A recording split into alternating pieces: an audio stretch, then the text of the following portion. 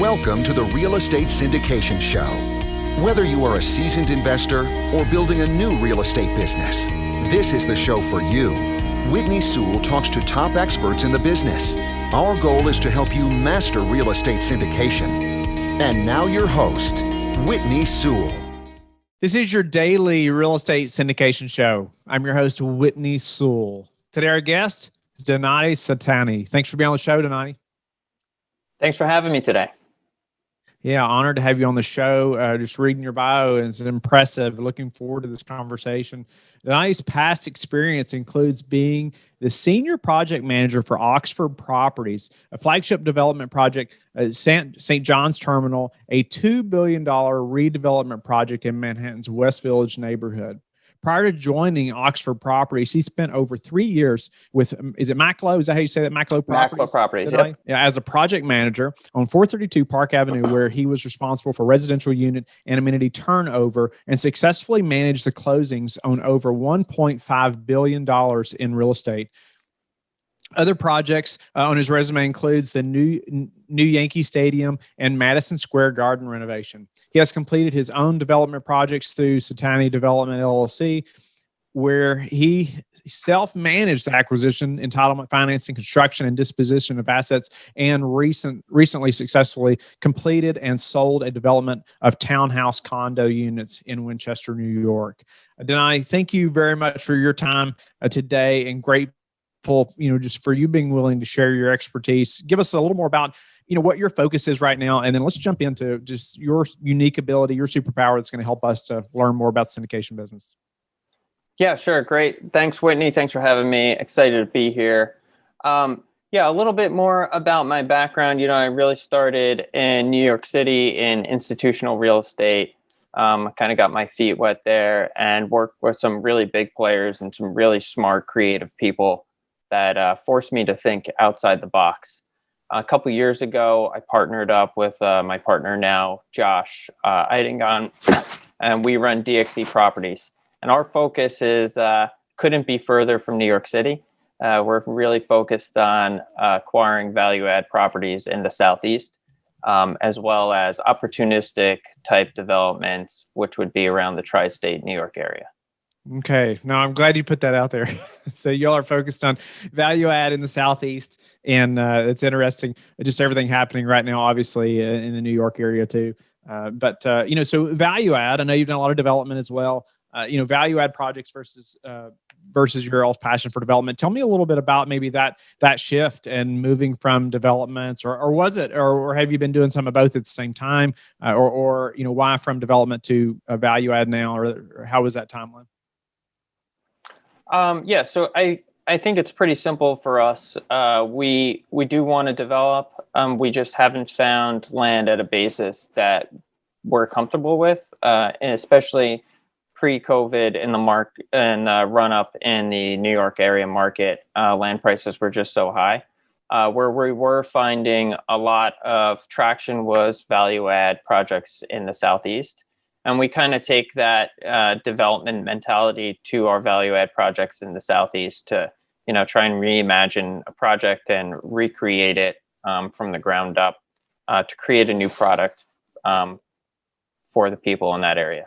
Yeah, no, that's awesome. And, just before the show too, we're talking about just, you being able to look at something today, but have a vision for it tomorrow. And obviously doing development, that's, you have to, right? You have to be able to do that. And value add, same way. And I think it's not thought about as much when people say that, quote, doing value add projects as much as a development, or it's not as assumed as much.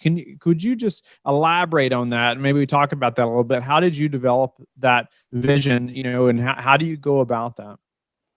Yeah, so I think what we're looking for when we're going to purchase a value add project, we're looking for areas that are ripe and, really want this value add project to happen. And we're looking for the asset that it hasn't come to yet.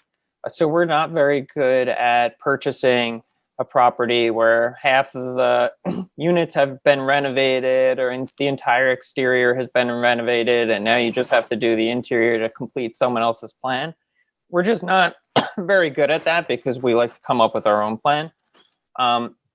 And I really do think there's a lot of similarities with development, because what you're looking at today, you're usually looking at a building that's half falling apart, where the tenant base isn't so great. But you got to have the vision to understand that people do want to live in this area. People do want to live in this neighborhood. And if you do invest the money into it in the right way, people will come and they will pay a premium for that product. Do you have a way of, I'm sure you do, but maybe some ways you can share with us to help us to find that area, like you're looking for? I mean, it makes so much sense, right? I mean, obviously an area that's ripe for growth, but that asset or that property hasn't experienced that yet. How do you go about finding that? Sure. I could give a couple of insights into how we're looking for deals, and when we come across a deal, what we're the first things we're doing. So the first thing I like to do when a deal comes across our desk is I just dive right into readily available demographic data for the neighborhood. So I want to see what the employment bases are, how much money the average person in that zip code is making, what's the average age of those people in that zip code. And that kind of gives us, an understanding for, okay, where do we think we could push the market? So we do simple calculation based on, hey, what's the average income in the area? And then we do a 3 times rent multiple. So what rent could people pay in that area without stressing them too much?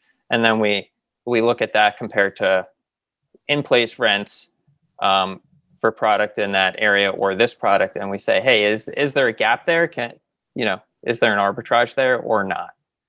So that's really one of the first things that we're looking for.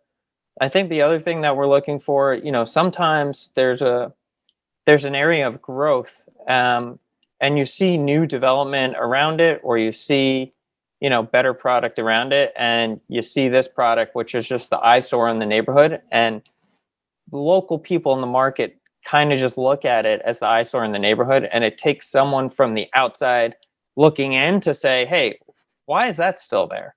Why doesn't someone just redevelop that or renovate that to bring that up to the market that is growing around it? So those are really the 2 things that we're looking at as we're going into a project to try and understand. And I do really think that it helps being an outsider for that number 2, because if you drive by something every day and it's just not nice, it does psychologically get into your mind that, hey, this is not a nice area of town. Whereas if you're an outsider and you could look at what's going on all around something, and then there's a hole in that donut, you feel, you don't have that stigma attached to it, and you're a lot more willing to take the risk. Are these properties coming from brokers or from another avenue? So we work with brokers and property managers. I would say our projects come from all walks of life. The one thing that is certain on the projects that we do, we're not very good at winning marketed deals. We bid on marketed deals just to keep our name in front of brokers, but we're just never competitive for one reason or another on the marketed deals. We do try and preempt marketed deals. We've been successful doing that. And then obviously off-market deals, we get very aggressive, and we'll move quickly just to make sure that we're not in competition with everyone else. And how do you find the off-market deals? So my partner Josh is actually really good at what I call annoying the brokers to death. So he, when we're out in the market looking for a deal, and honestly, it's just we're on the phone all the time and we're writing emails all the time. But I really do think it's phone calls and being in the market at that point. So we're not afraid to travel. We're down in our markets all the time. We're always asking brokers to, get a coffee with us, get a beer, just to keep that relationship up. And a lot of times what we find is you need to be in the right place at the right time, because brokers have a whole list of qualified buyers, right? And it just so happens if you call the broker on the right day, he's like, oh yeah, you know what? I do have something coming up. Why don't you take a look at this? I'll let you see it before other people. And if we didn't call him that day and a different group did, he'd do the same thing for the other group because, his job is to sell. So we need to be in front of them. Is Brokers there probably hate that I'm saying timeline? that because now they're going to get more phone calls. Probably so. Probably so. Part of the business, though, right? So, is there a sequence or frequency to how often you all are calling brokers and how often you're traveling to those markets? Yeah, I think we're trying to do 2 or 3 deals a year. We're not a group that's doing 10 deals a year, so we really we call it ramping up our pipeline. Once we feel that we've got an acquisition closed and we have our plan in place and we've started executing on that plan, then we'll start building the pipeline. So at that point, we are calling our list of brokers every day. And we're also taking trips down to the markets, but we own in those markets. So those trips are twofold. We're checking on our existing assets. We're making sure construction's going well on those. And then we're fitting in meetings. We, when we're down in the Southeast, we like to cram a lot into a 2 or 3 day trip, and see as many people as possible, including our property managers, our leasing agents, and then brokers, just to, helps us better understand the market, helps us see our deals, and then helps us get new deals. For sure. Well, you and I had also talked about maybe you can give us an example of a property or how you're structuring these deals a little bit when some people say it's crazy, right? What you're buying maybe, but you have that vision for later down the road. Let's dive in there.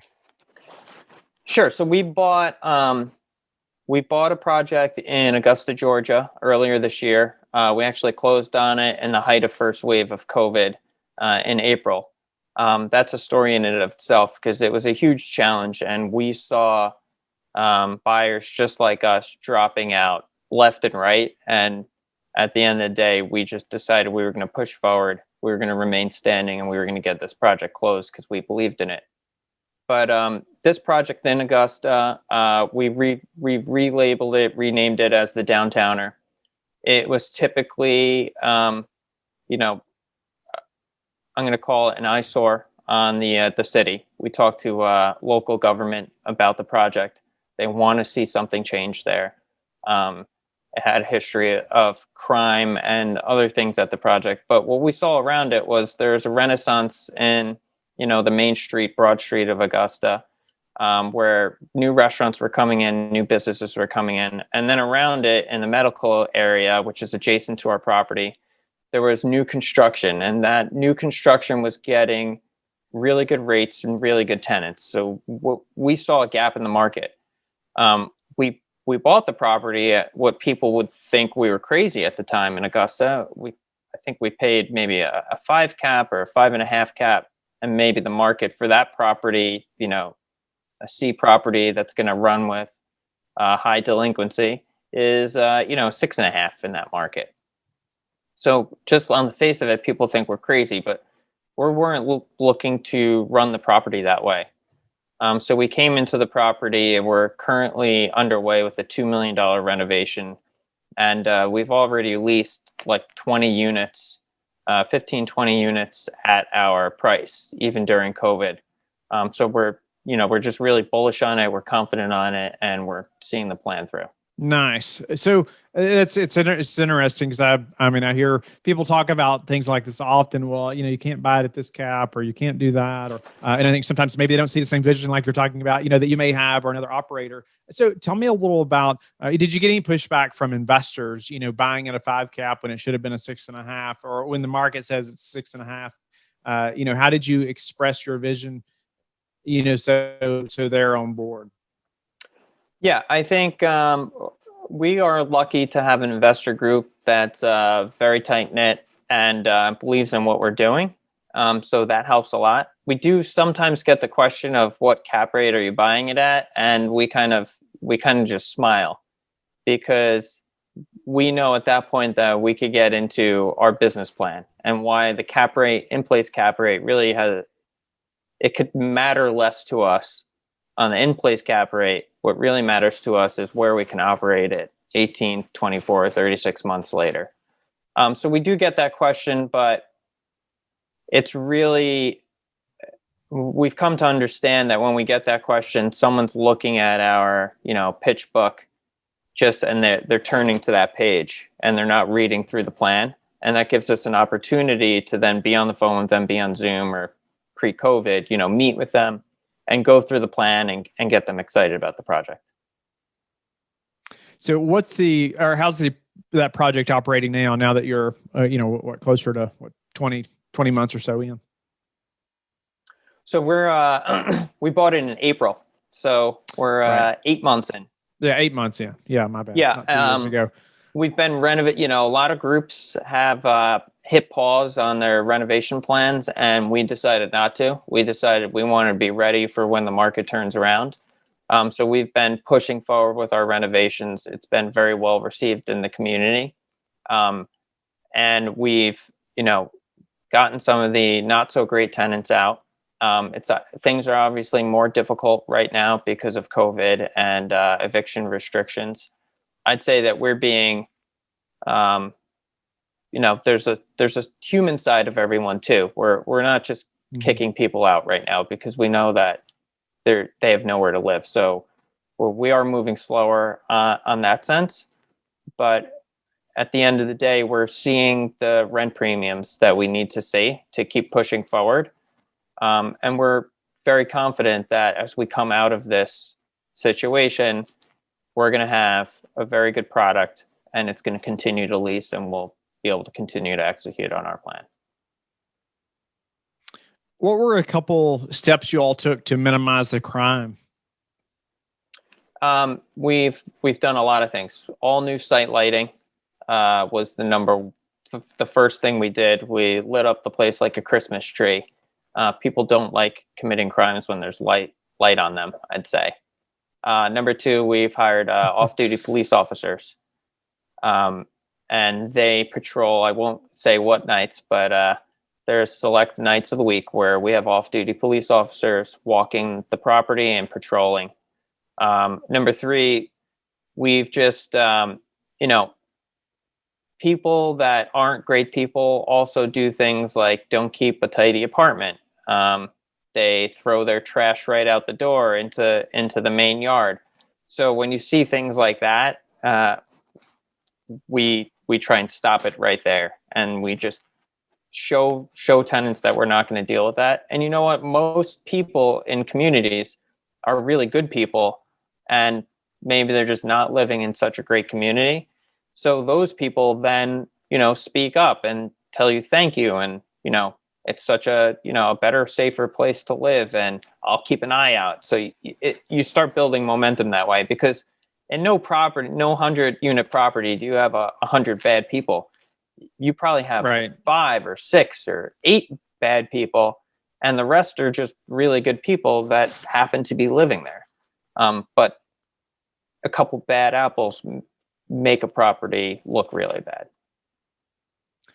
What's been the hardest part of just the syndication business for you? The hardest part about the syndication business is just not knowing ever where the money is coming from. My partner and I always joke that, how many rabbits do we think we have in our hat still for the next deal, and then the next deal, and the next deal? I'd say, though, we're always surprised at the support that we get from our community. And when we put together a successful deal, then other people are interested, right? And now we've been building a track record, so it is getting much, much easier to raise the money. But there's always that moment when you're signing a contract and you have 60 days to, create legal documents, pitch this to a whole bunch of investors, and get the money in the door so that you could close. There's always that moment of, hey, we're going to do this right. And there's no getting away from that. Is there anything you've recently put in place, or any way you've improved that so you're more confident in that the capital is going to come? We try to do deals that we feel confident our investor base wants. We're not always right. Like sometimes we think that certain high net worth individual would really like a deal and they don't, and they pass on it. But then we usually, or so far, we've always found someone else to fill those shoes. I think what it is as we're coming to contract on a deal, we're talking to our closest group of investors about it. And if they like it, then we have a very good feeling that our larger investor group's going to like it. And I think it all starts with, do you believe in it? Can you sell it? I can't sell anything I don't believe in. So I know from the get-go I'd be failing if I was trying to buy something that I really didn't believe in. How do you prepare for a downturn? So that question's come up a lot lately, and especially buying something in April during the height of COVID, and we just closed on something last month in December, again during the height of COVID. It seems to be our trademark here. You just need. We believe you need to go into, you need to, number one, adjust your underwriting. But more importantly than adjusting your underwriting, you need to go into these projects with money, right? Excess capital or excess reserves.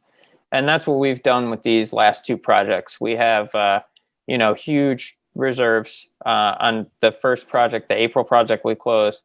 We have a full year of debt service payments set aside.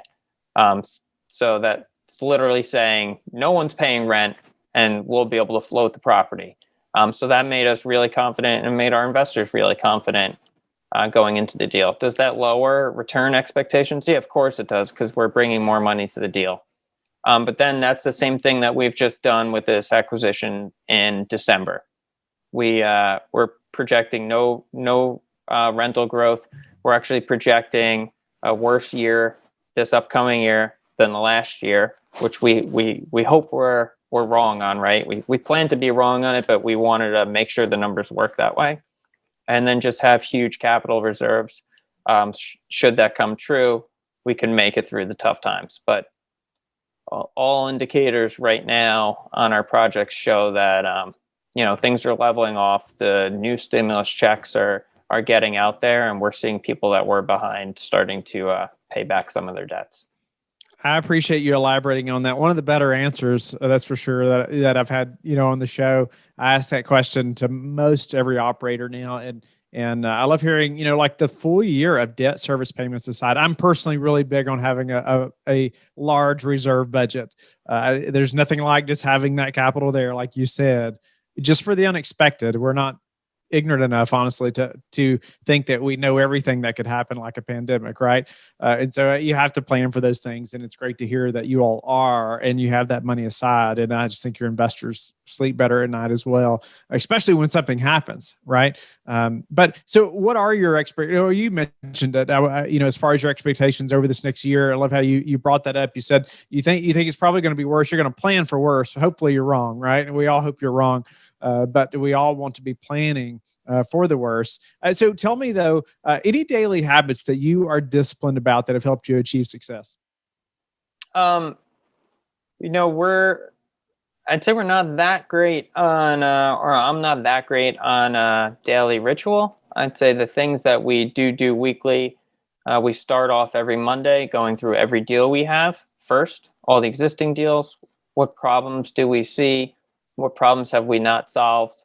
And we just go one by one and create a to-do list for those to really start to plan our week. The week always gets blown up by like Wednesday, but at least you have that there and you can keep going back to it. It's actually on my screen all day, every day.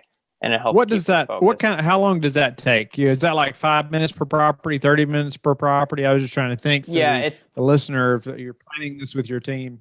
It depends. Sometimes sometimes the whole session takes an hour Monday morning, and sometimes it takes all Monday morning, just depending on what we have on our plates, what we have on our docket. I think the other thing is we're trying to get better at it. We're always running around, right? Everyone is.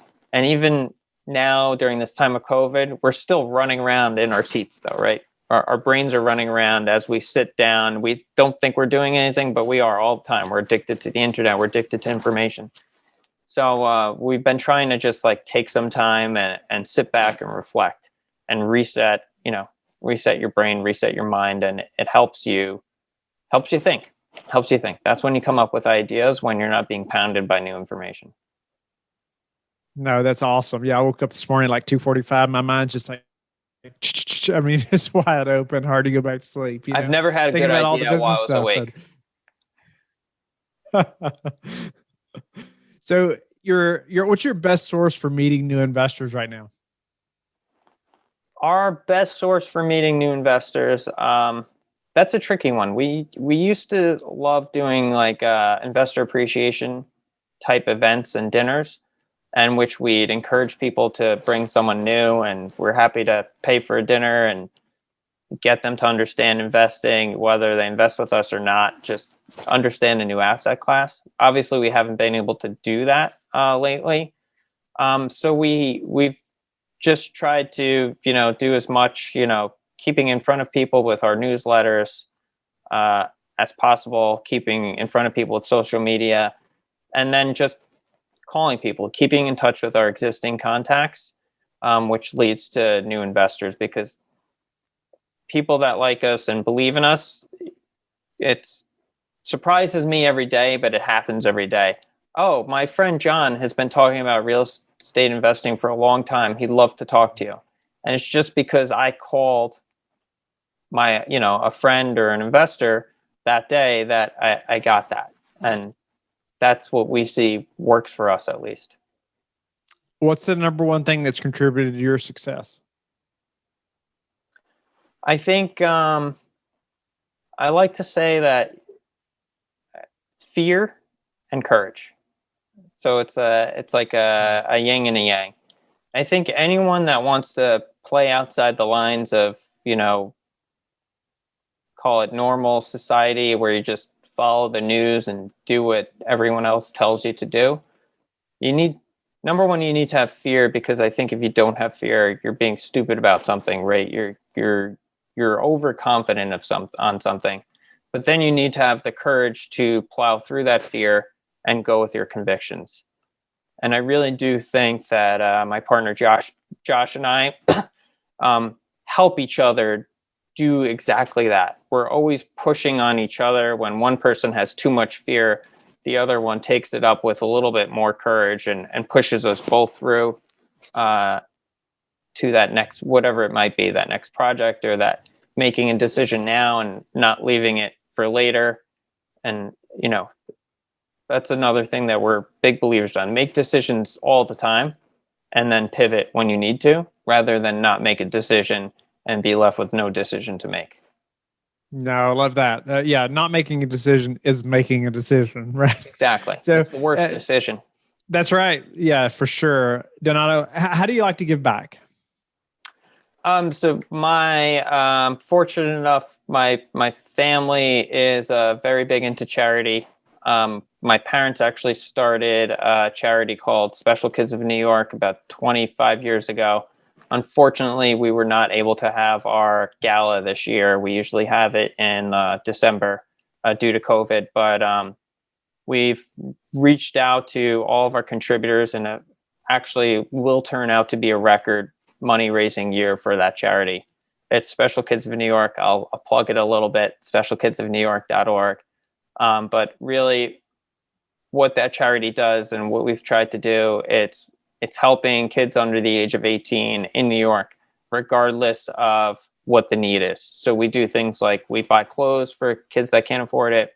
We go around and buy Christmas presents and Hanukkah presents for kids.